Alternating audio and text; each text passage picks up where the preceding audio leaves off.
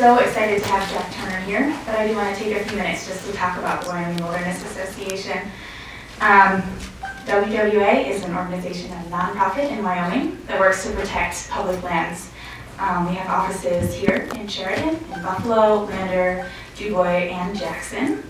And close to home, we work on a project in the Bighorns area of land called Rock Creek, which is 34,000 acres of a recommended wilderness area. And we love talking about this. This is something the staff is really passionate about. So I do want to invite you guys afterwards to come talk to us in the lobby. But more than anything, Wyoming Wilderness Association is a group of people that is really, really passionate about wilderness, which is why we are so proud and so thankful to have Jack Turner here to give his thoughts on the wild. It did take a lot of people to get this event organized, so I do want to thank them all. Our wonderful sponsors, Tom Balding, Bits and Spurs, the Clark Group, Scott and Cheryl Finney, Dr. Cy Fickman, Dinah's Hasners, the Foundation for Community Vitality, Scott Foundation, Mike and Jane Sullivan, Kim and Susan Cannon, Margie, Lily, and Joyce at the HFR Ranch, and of course Michelle Sullivan, who will speak to you all in a few minutes. We also had a handful of other wonderful people in Sheridan who've been helping us put this together. Julie Davison and the Learn Outdoors program, Jackie Canterbury, Sarah Sinclair, and Sarah Mentek. So thank you to all of you. That's all I have. Michelle?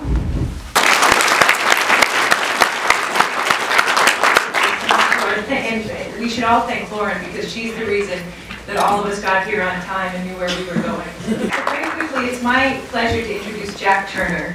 If you're a climber, you might know him because of his wonderful leadership and work around the world and leadership at Excellent Climbing Guides in Jackson Hole, where he has been a part of that team for over 30 years. If you're a writer of a reader of natural history, you might know him because of his wonderful and provocative books like The Abstract Wild, Tiwanaw, and Travels Through the Greater Yellowstone, which somehow both give a voice to the wild but also provide an intimate picture of place in ways I think that we all hope to have a relationship with place in the way that he's able to provide. I know Jack because I met Jack in my early 20s when I was extremely cocky and living in Jackson Hole, and I was very lucky to become Jack's friend, and he has provided me great perspective and counsel throughout my life in many, many ways. And so I could tell you a lot about these various awards and other things he's done, but the thing I think for me that's been most valuable has been Jack's ability to always sort of shape my world and to provide perspectives and linkages between ideas that are as crazy as natural history and chaos and relationships, and somehow try to bring them all together and make them have meaning for me in ways that I would have never thought possible. And to really walk away with it from any conversation with Jack feeling like my world will never be the same. So with that, I will just welcome Jack and hope that with his talk this evening about the wild that he will do the same for you. Thank you very much. Thank you. Thank you, Em. I call her Em. And also the late Miss Sullivan, because she's often late. And thank you, Liz, Lauren, Wyoming Wilderness Association. I'm delighted to be here. I haven't been in this part of Wyoming for over 40 years. I came up Penn Sleep Canyon and over the pass and was reminded again, it's one of the best parts of Wyoming. It's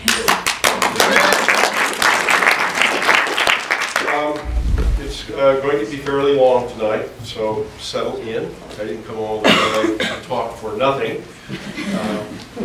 And I have a wonderful quote from Thoreau. I have several, but my favorite one to begin lectures is from his essay, Life Without Principle. He says, you have sent for me, you have paid me, and now you have to listen to me, although I implore you beyond all precedent.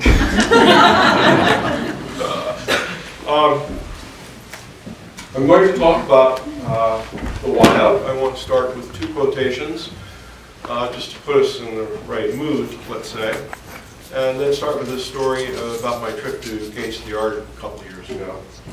These are the quotes. The first is from Emerson. Why should not we also enjoy an original relation to the universe? Why should not we have a poetry and a philosophy of insight and not of tradition, and a religion by revelation to us and not the history of theirs? And then a quote from Thoreau. What is the use of going right over the old track again? There is an adder in the path that your own feet have worn. You must make tracks into the unknown. It's a letter to Harrison Blake. The story.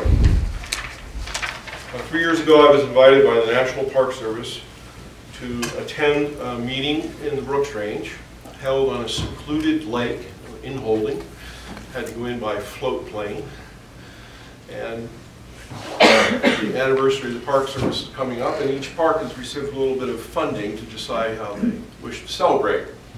The Gates of the Arctic is the only national park in which it's written into its founding legislation that it will not be developed. Okay? It's pretty good. It's a big place, 5 times the size of Yellowstone, and very, very wild. To fly in there and to Haviland Beaver, you just fly, and look down, and down. You never see anything but forests and rivers. It's the only thing you see all the way in. We had 8 people, a couple of people you may recognize, Gary Nabham, Richard Nelson, both of whom prominent nature writers. Gary's much more than a nature writer, he's a MacArthur Fellow and so on and so forth.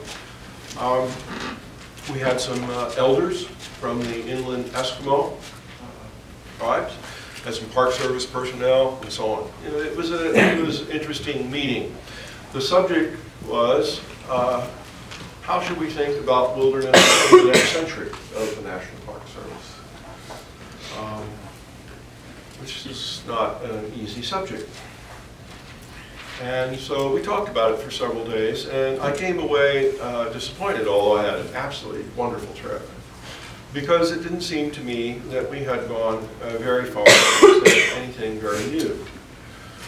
There was the usual talk of the sacred, of the Wilderness Act, of the wisdom of the Native American traditions, and so on and so forth. But I felt that we really hadn't made much progress on the subject of wilderness since the wonderful book, Wilderness in the American Mind, which some of you may know by Nash. It was written 50 years ago, and it's something like its 5th edition now from Yale University Press, and it's an extraordinary book, and remains so. But we haven't really paid respect to our elders by going beyond it. It's still where it was 50 years ago, I think.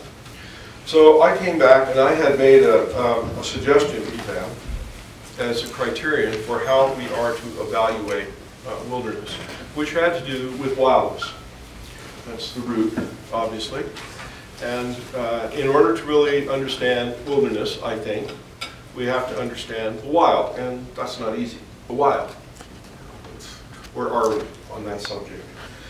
Some of it is fairly dense scholarship. Be prepared.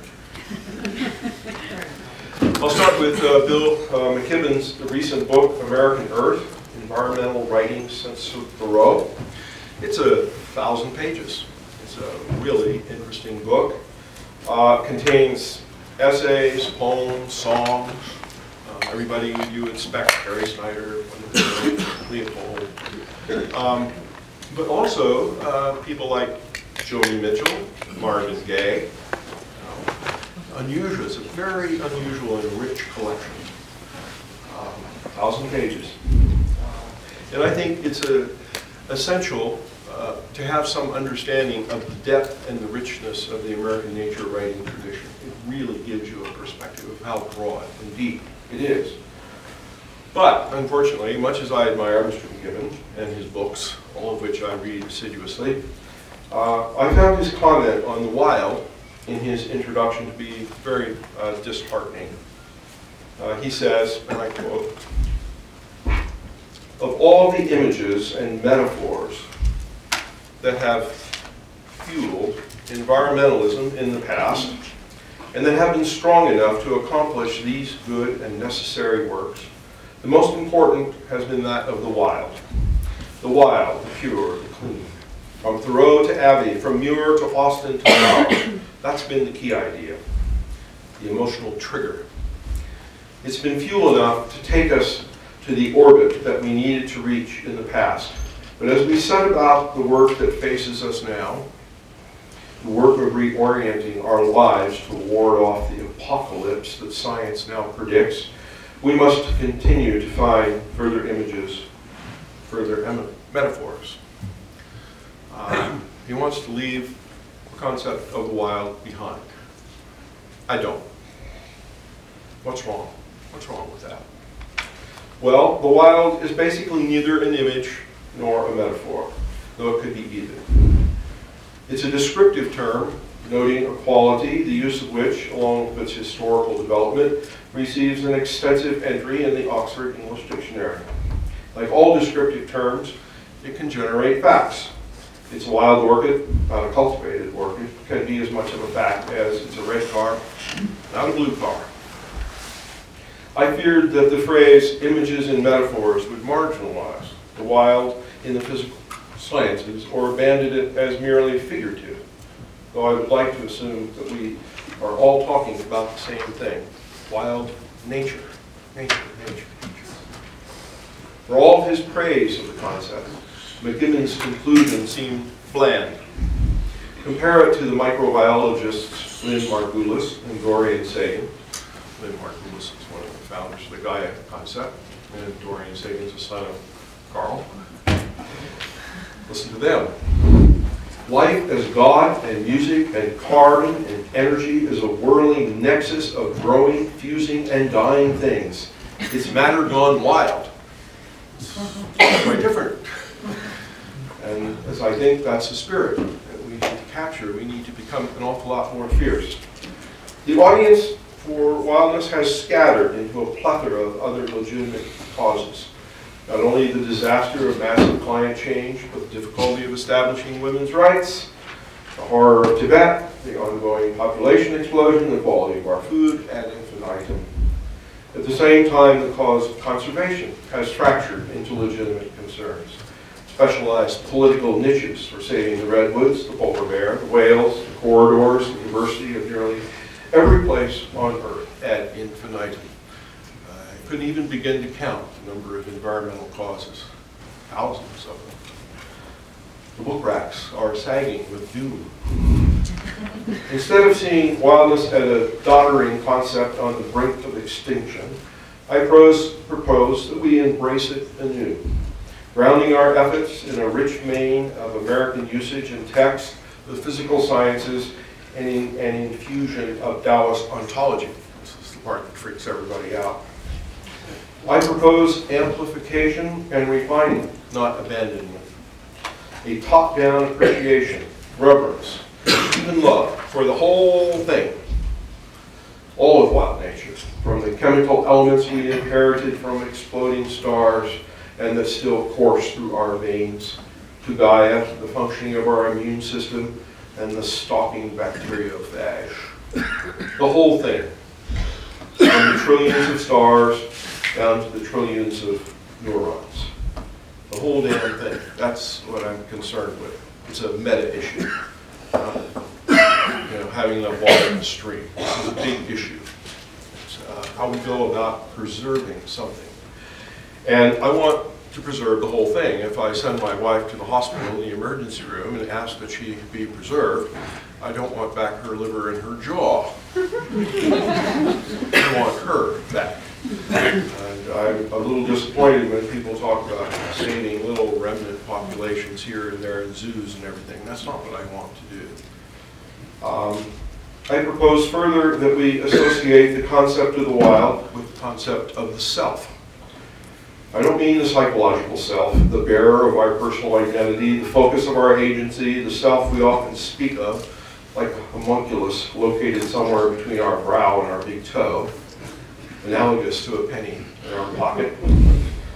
No, I want to consider the self of a singular being, the self of self-replicating, DNA, the self of autonomous natural systems, which I'll talk about, and the self of the Chinese term ziran, which is usually translated as self-so, the spontaneous newness that pours forth each moment in the world and our experience, and has given us the gift of all of it, the whole damn thing. My task, and I think our task, our responsibility, those of you who care about the earth and wildness, our task is to elaborate the concept of wildness in its various forms, where it now seems encapsulated in a narrow conservation discourse that inhibits its conceptual development. Some dread that the idea of elaboration of our Western conception of wildness may reek of cultural imperialism. I'm not worried.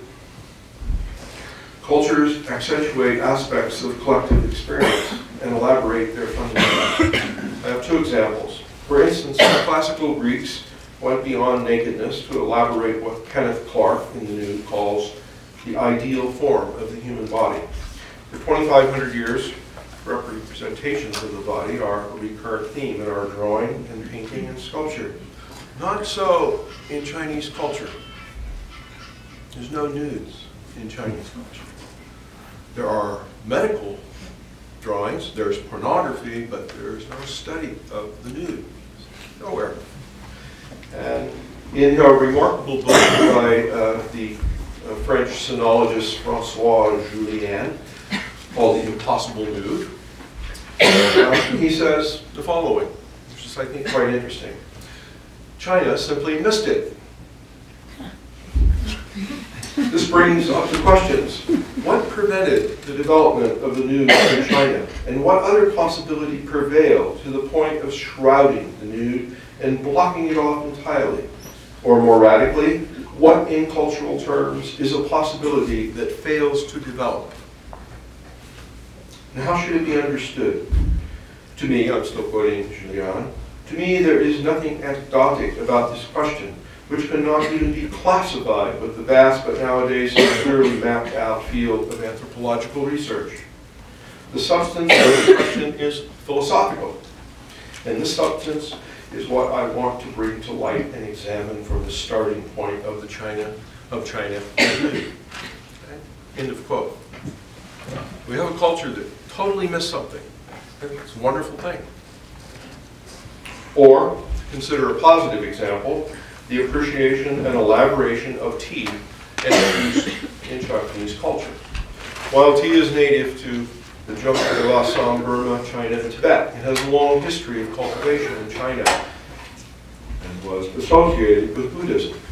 However, tea, its utensils, its serving, its aesthetic, and philosophy all achieved a subsequent elaboration and refinement in Japanese culture that is now world famous. An aesthetic with profound consequences to the history of that nation. We've missed a lot of things too. The nude, the tea ceremony, and failed to elaborate others. Let us not fail to elaborate our rich appreciation of wildness. Cultures elaborate at will, and each elaboration is contingent, each fascinating in its particularity. There is nothing insidious or malicious about the American elaboration of wildness, so let's do it. I feel it's our obligation to Emerson and Thoreau and Leopold and everyone who has come before us to elaborate and to continue the conversation. Do our part. Pass it on. It's more rich than the one that we received. I offer several immodest proposals. An invitation to think anew about a concept we increasingly take for granted. To fertilize and water what appears dormant, perhaps even moribund.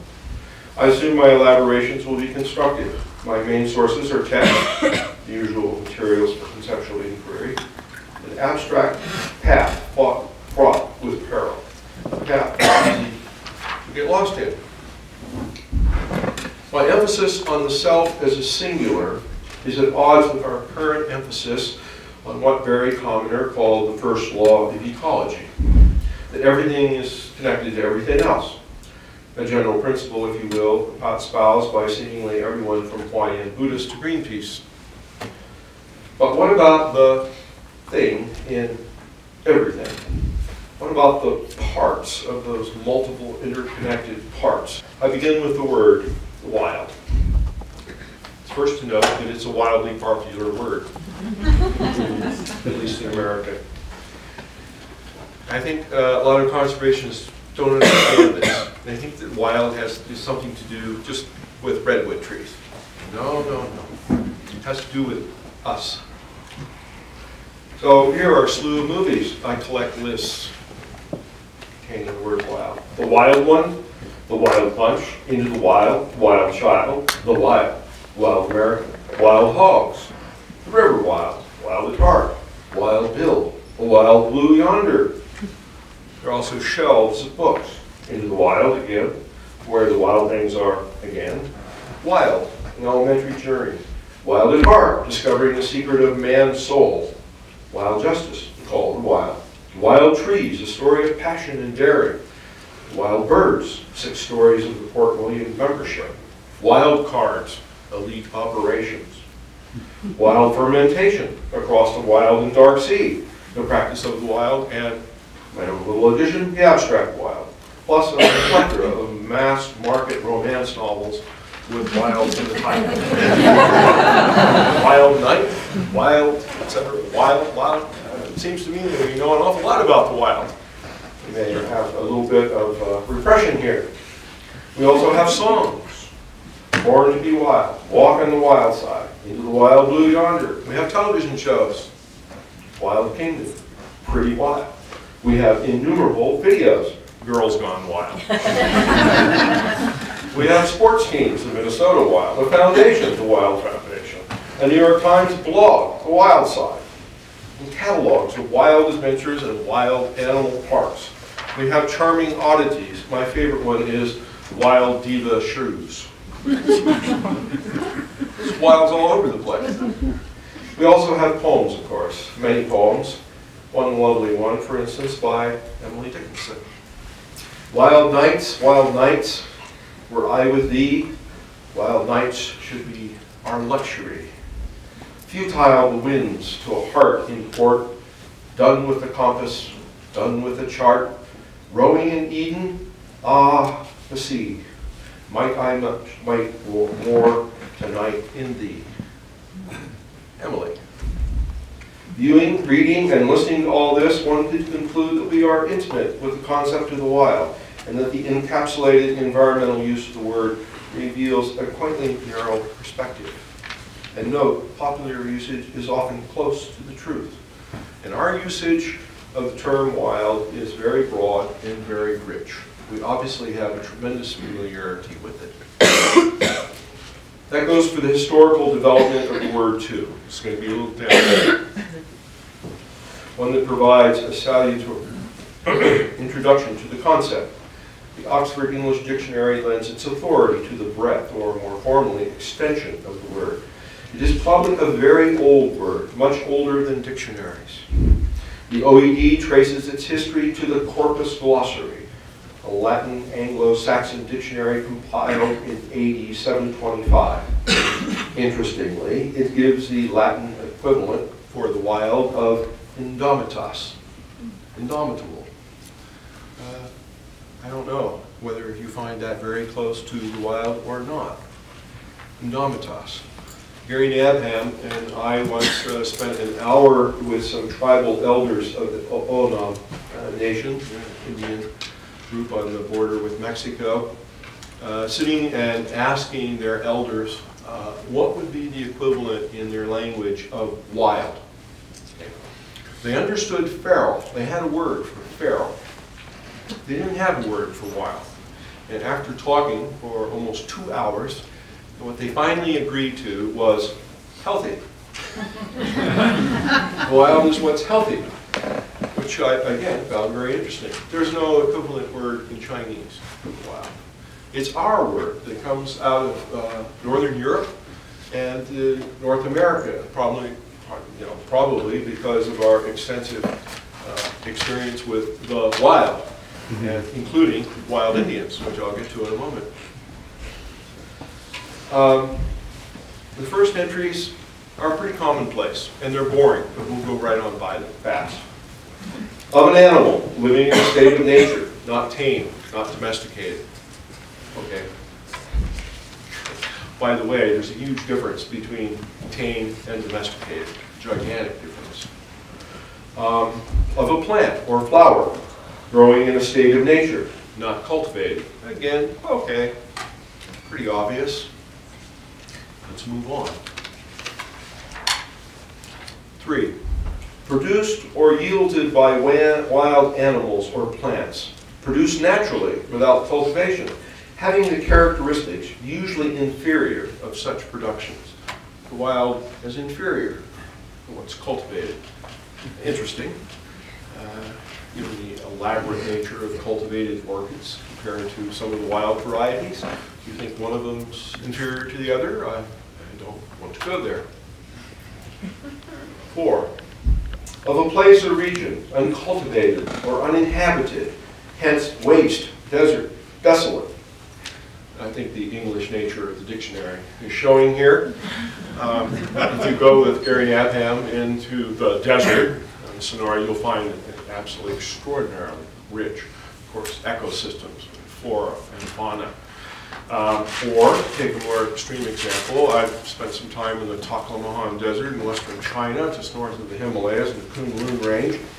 And it's sort of like a billiard table filled with sand dunes and little black pebbles.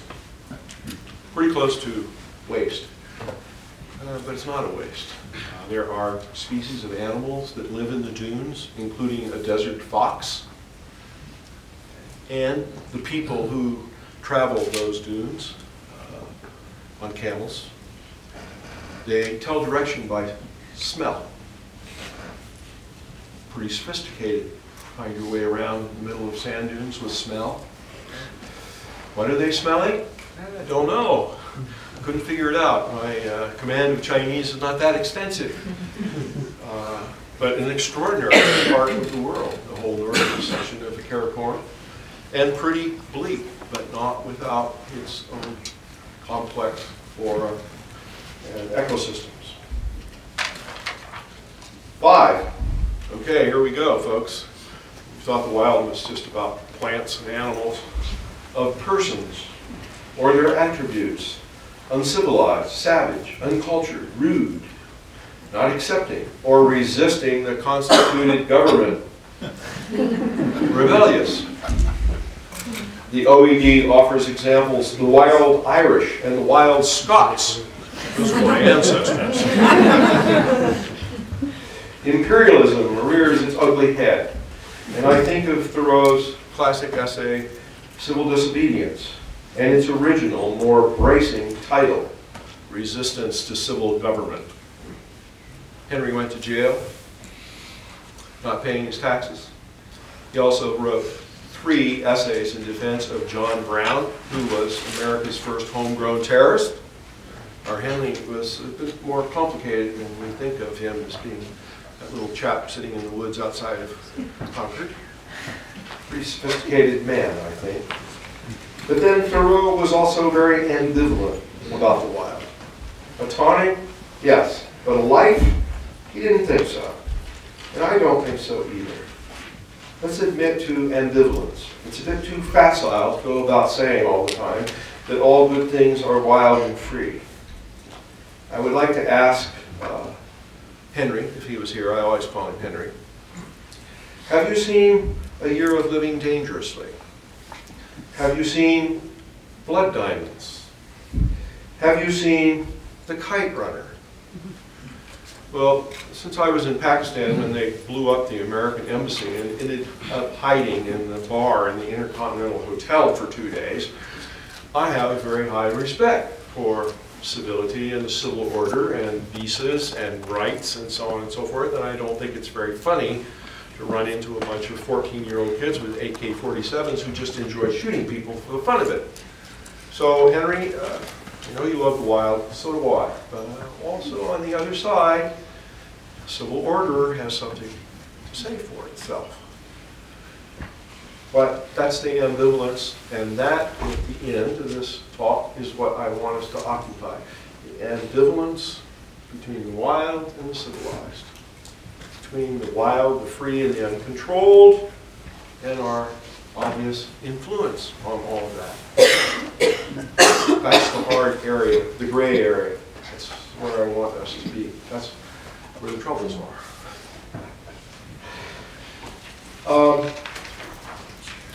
At this point, an American dictionary undoubtedly would list wild Indians.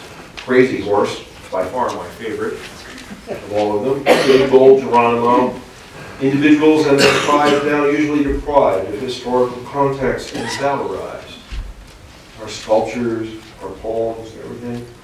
Cormac McCarthy's Blood Meridian, which I think is right up there with the 2 or 3 greatest novels ever written by Americans, however, suggests that living in Indian country might not have been much fun for outsiders. Babies being stuck on pointed branches of trees, and so on and so forth.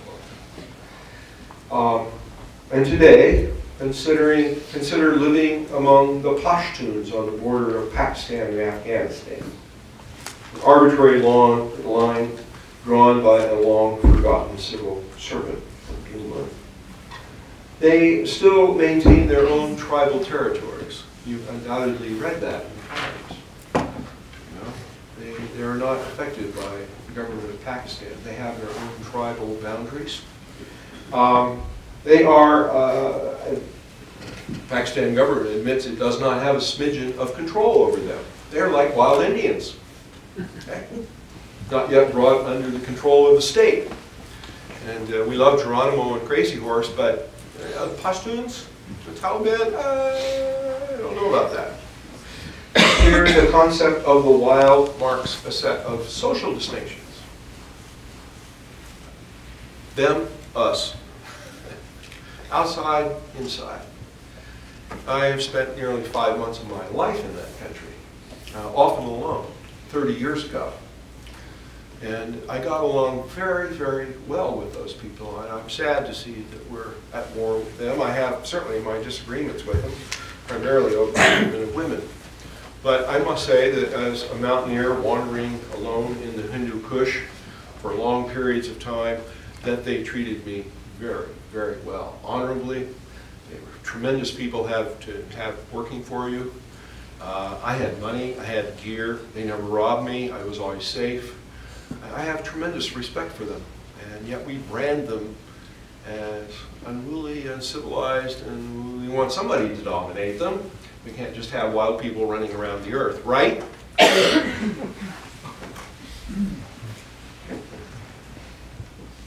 Now the contrast between the controlled and the uncontrolled deepens with number 6, the marrow of the matter. Quote, not under or not submitting to control or restraint, taking or disposed to take one's own way, uncontrolled, primarily of animals and hence of persons and things along with various shades of being, acting or moving freely without restraint, going at one's own will, unconfined, unrestricted. Notice the new terms here, and that they imply philosophical issues, free and will, or combine the philosophical thicket of free will. Indomitas versus control. That's the heart of the matter here. The hinge upon which our defense of the wild against its many enemies, the hinge. That's right there, again, right in the middle here. What's uncontrolled, what's going to be controlled. Take, for example, Frederick Winslow Taylor's scientific management. Do you know who Frederick Winslow Taylor is? According to historians, he has more influence on America than anyone since the Founding Fathers. It's a pretty amazing statement. And we don't even know who he is. He's why we divide up our time. He is the prophet of efficiency. And he had a massive effect on the United States in the early part of the last century. There were articles like Scientific Management of the Protestant Churches, Scientific Management of Home Economics, etc., etc.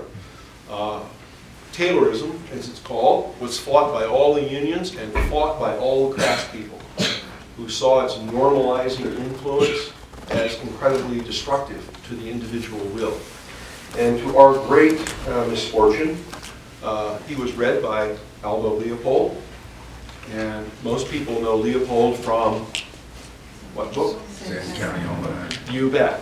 Anyone know, I'm sure some of you do, his first book. Big book, very thick, game management. Okay? How to manage populations so that they produce excess in order to be hunted. And if you look at the chapters of that book, which again almost no one ever reads, Leopold went through a revolution in his thinking. That was the first Leopold. You'll see every chapter, control of habitat, control of disease, control of population, control, control, control, control. That's what that book was all about. It is the founding text of wildlife biology, the founding text now of conservation biology. It's devoted to control. Either control so we have enough grouse to hunt, or control so that we have enough polar bears. Either way, it's about controlling things.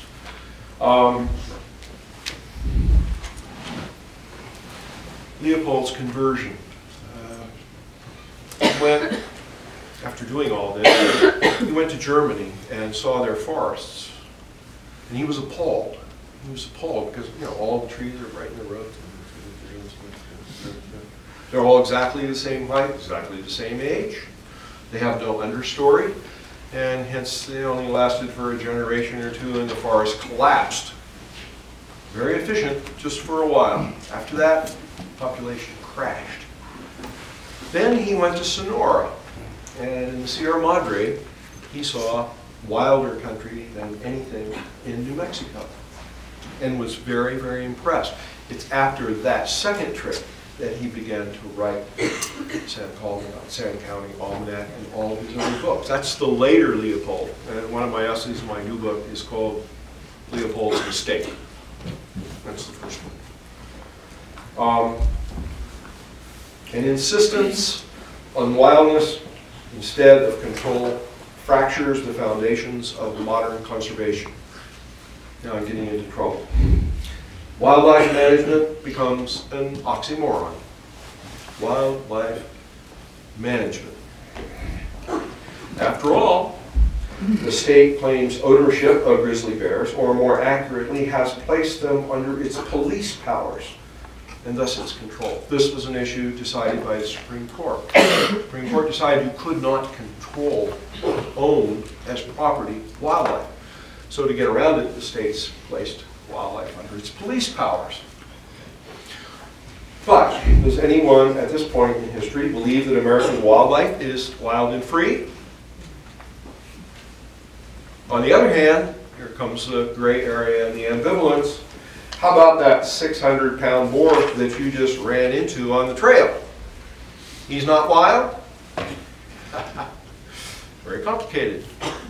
Wild here, why not wild there? Various senses. We're obviously dealing with a word whose means multiple, complex, and sometimes contending. And deeper yet, number 7, not submitting to moral control, taking one's own way in defiance of moral obligation or authority, unruly, insubordinate, wayward, self-willed. Wildness also marginalizes morality. Resistance to authority of all varieties is privileged. One is reminded of the anarchist pedigree of the Wild Bunch, from Thoreau to James Dean to Abbey, or from T.D. Lawrence in the Arab Revolt to Chong Tzu's rejection of, quote, conventional values. Consider the phrase, taking one's own way. It always reminds me of Thoreau's passage in Walden, which forms the obligato. Quote, If a man does not keep pace with his companions, perhaps it is because he hears a different drummer. Let him step to the music which he hears, however measured or far away.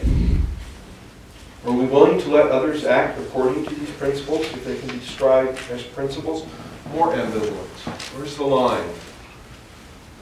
The moral pressure and letting people do whatever they want.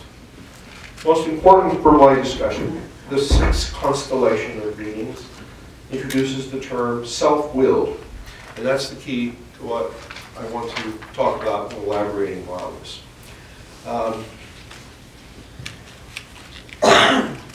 We shouldn't be very surprised by this.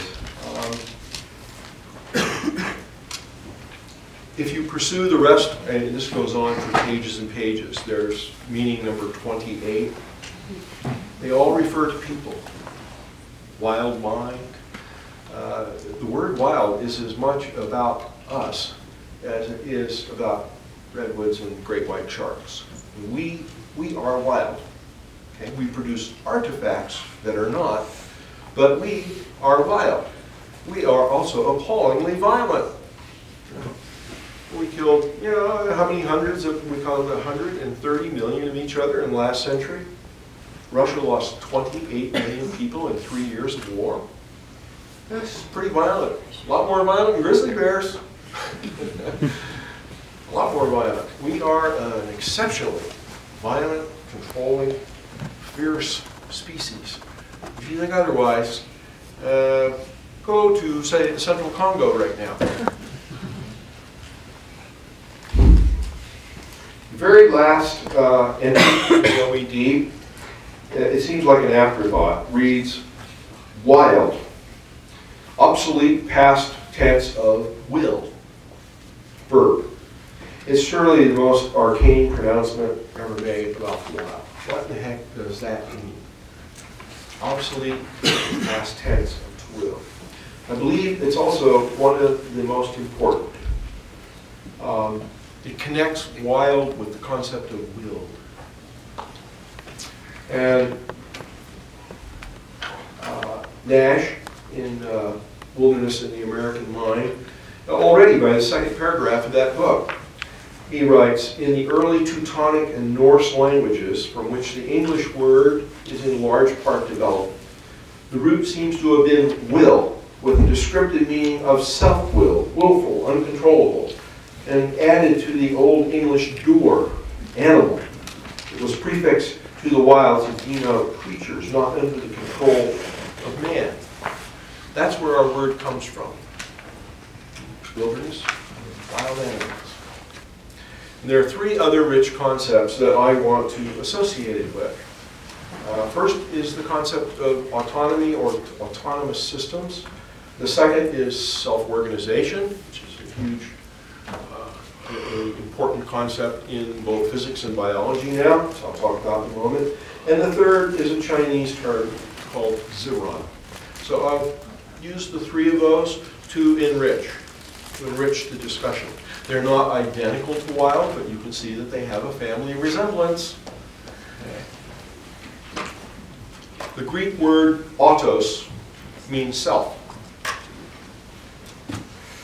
Combined with nomos, law, it yields the compound autonomos that translates into English as autonomous. So that's where our word comes from. Like English, ancient Greek had many compound self-words, and modern science is littered with them. I always ask physicists and biologists, when you talk about self-replication, what do you mean by self? Well, you're a scientist, right? Talk about self-replicating. What's the self that is replicated? And they get nervous and they don't like me. There are many, many terms, Greek terms already. Automorphos, self-formed, autorator, self-made, autobathios, self-supporting. They're all over the place in Greek and in modern science. So the idea of the self here is something that's fairly well established. The common dictionary of meanings of autonomous are a country or region enjoying self-government or individual acts of an agent and one who has the freedom to do so. I will set those aside. I don't want to talk about free will. Autonomous also refers to a wide variety of natural systems. Now we're getting closer to my subject. They are clearly not subjects of human mastery or dominance. For instance, in the creation, E.O. Wilson reminds us that, I quote, even if Earth's threatened biodiversity in all of its immensity could be reanimated and bred into populations awaiting return to what might in the 22nd century pass for the wild, the reconstruction of thereby independently variable populations is beyond our reach. Biologists haven't the slightest idea of how to build complex autonomous ecosystems from scratch. That's E.O. We don't have the slightest idea how to do that. Totally dependent upon these things. And yet we can't recreate them. We can create little chunks and parts. Or Simon Levin in Fragile Dominion, basically the book which shows that evolution is an autonomous process. We don't control evolution. Nobody controls evolution. Nor does it have a direction. It's not getting better and better. We have to drop all of those concepts which seem so natural to us. Not all autonomous systems are external to our body. There is the autonomic nervous system, one of the oldest parts of our nervous system and one not subject to our volitional control. Our heart pumps, our lungs breathe, our synapses fire, and we don't have anything to do with it. You can't make your heart pump. Okay. All we're dependent on all these things. They happen without any effort on our part. And we're going to build on that because at the end, I hope you begin to see the vast complexity of wild things that we're totally dependent on. Totally. But it gets worse. Perhaps most interesting is the autoimmune system, whose fundamental characteristic is that it distinguishes yourself from other. It's your immune system's task. We'll get back to it too. It is a system that must identify each challenge to the self, interior or exterior, and to respond autonomously. Even when the immune system fails, the language of autos persists. When both the identification and the response function break down, the result is called autoimmunity. And the ensuing illness, autoimmune disease. All these things beyond our control. A long and distinguished roster of researchers has attempted to explain our immune system. It remains a total mystery. There are many, many thick books on how the immune system works. We don't know how the immune system works. Recent research is expanding the way we need to think about it.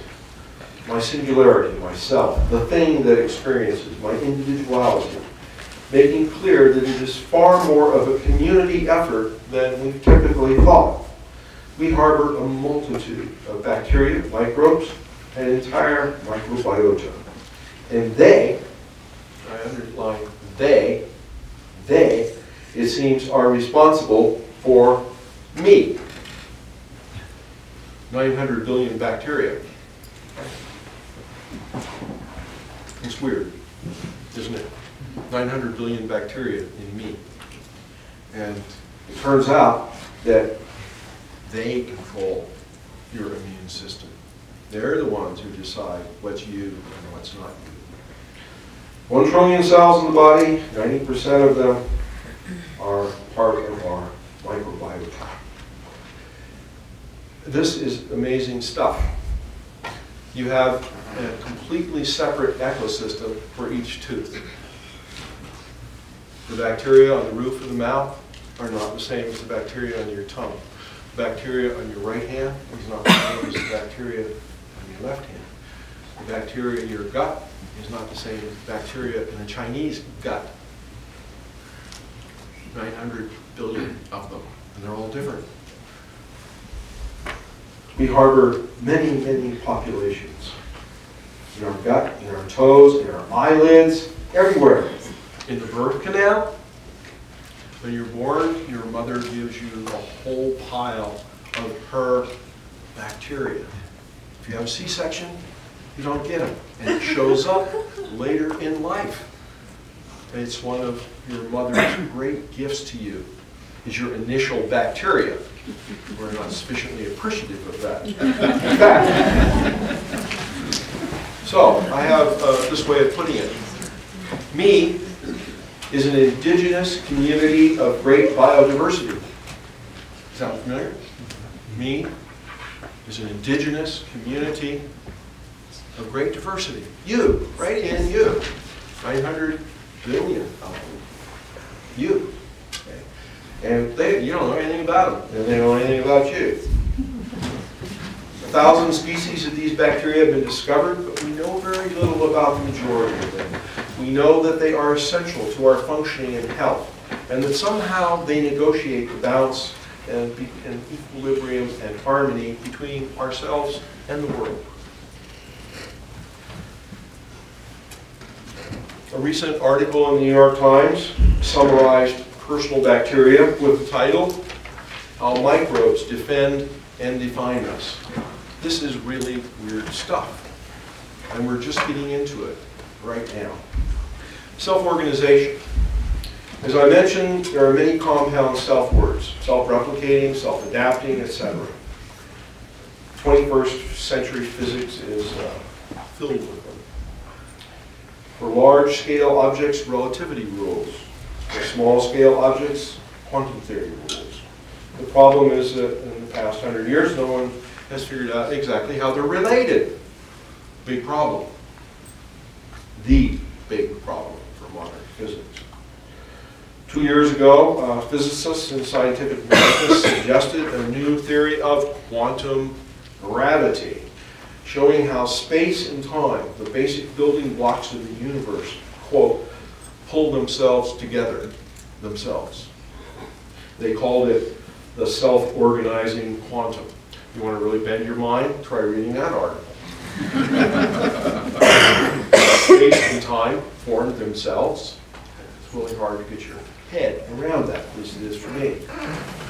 The Fermi Institute at the University of Chicago conducts magnetic self-organization research in interstellar plasma, how stars organize themselves into their own lives. Bizarre notion. So self-organization all the way from the end of the universe, as far as we can see out there, all the way down into your immune system. Lots of self-organization and autonomy. There's studies self-organization in crystallization and thermodynamic systems. Chemists study molecular self-assembly, while biologists study spontaneous folding of proteins. The self-organization of social structures in insect population, self-organization in flocks of birds and schools of fish, and the origin of life. There are major books from Princeton University Press on self-organization in biology, self-organization in ecology. It's been around for quite some time, gang. Not really brand new ideas. But all of these things are about wild nature, right? Wild nature, wild, it organizes itself, doesn't need us. We'll come back to. I've been particularly struck by self-organization in the more ephemeral aspects of nature. In the Self-Made Tapestry, a wonderful book from Oxford on pattern formation in nature, examples of self-organization are bubbles, waves, logarithmic spirals, branches, fluids, blooms, grains, communities. The variety of logarithmic spirals involving self-similarity and self-organization is marvelous.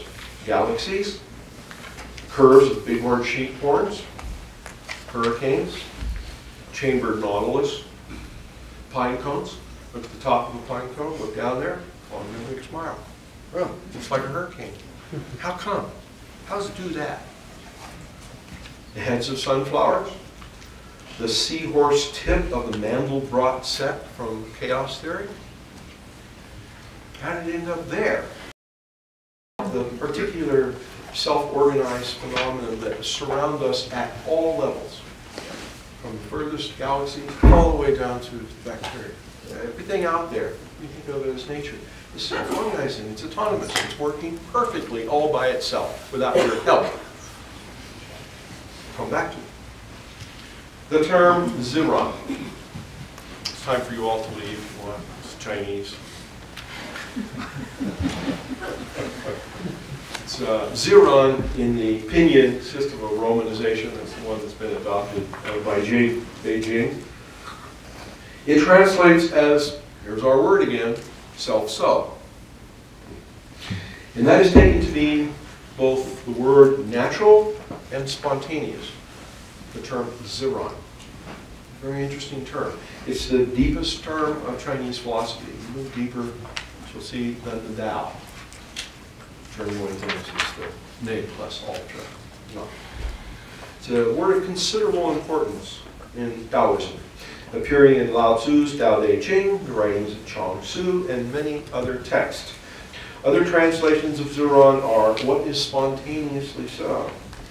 What is so by itself? Each new so, as it hatches of its own will. Translators go absolutely mad with this term. Very, very difficult to understand. A great deal, though, of what we think about Chinese culture, whether in Taoism or Buddhism, depends on what we think of Ziran, how we understand it. We glimpse a sense of its importance and its complicated relation to the Tao, usually translated as the way, in section 25 of the Tao Te Ching. I quote, human abides by earth, earth abides by heaven, heaven abides by the way abides by Ziran. Interesting. Right at the bottom, Ziran. There's no doubt of the primacy in Chinese thought about nature, whatever the intricacies of the translation.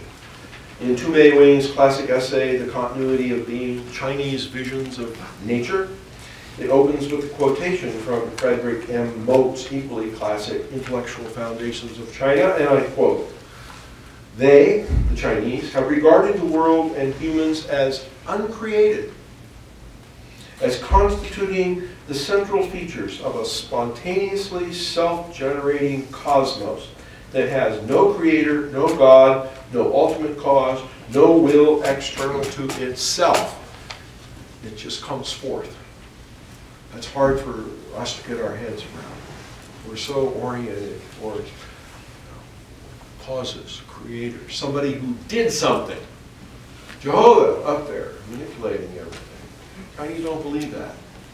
It's impossible to translate the Chinese term God. It doesn't work. You try the many sophisticated linguists, Christian linguists in China, tried and tried and tried. It doesn't translate. They have no concept of our sense of Jehovah or God. They just don't have it. Just like the nude. They have something they miss. We have certain things that they don't have.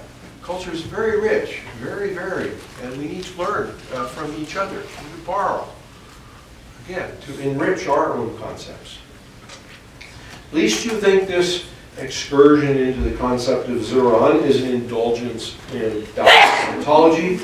Consider the way that one of the world's most distinguished physicists, probably the world's most distinguished physicist, Stephen Hawking, ends his most recent survey of modern physics. It's called The Grand Design.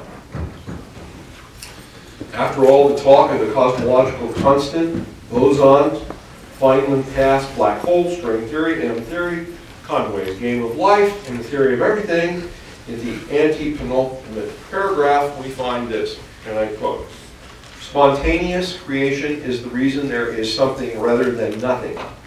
Why the universe exists, why we exist. It is not necessary to invoke God, the creation, the prime mover, the life force, the great spirit, and their kin. That's modern physics. It's a big change, big change. And of course, many people would disagree with that. leave that aside. In a deep sense, we have come full circle in our Western thinking about nature. We can only realize and appreciate it. The Greek word for what we now call physics is physis. Its root means growth. Similarly, the Latin root of natura, which gives us nature, is birth, growth, birth. That's what physics was originally about. And both suggest an organic conception. The cosmos, sympathetic to Taoist accounts. Same thing is true in modern philosophy. Heidegger, he says in his introduction to metaphysics, now what does the word physis say? It says that what emerges from itself, for example, the blossoming of a rose, the unfolding that opens itself up, the coming into appearance in such unfolding, the holding of itself and persisting in appearance. In short, the emerging, the abiding sway is just spontaneous. It just comes forth. You ask, why does a rose open? Do you help it?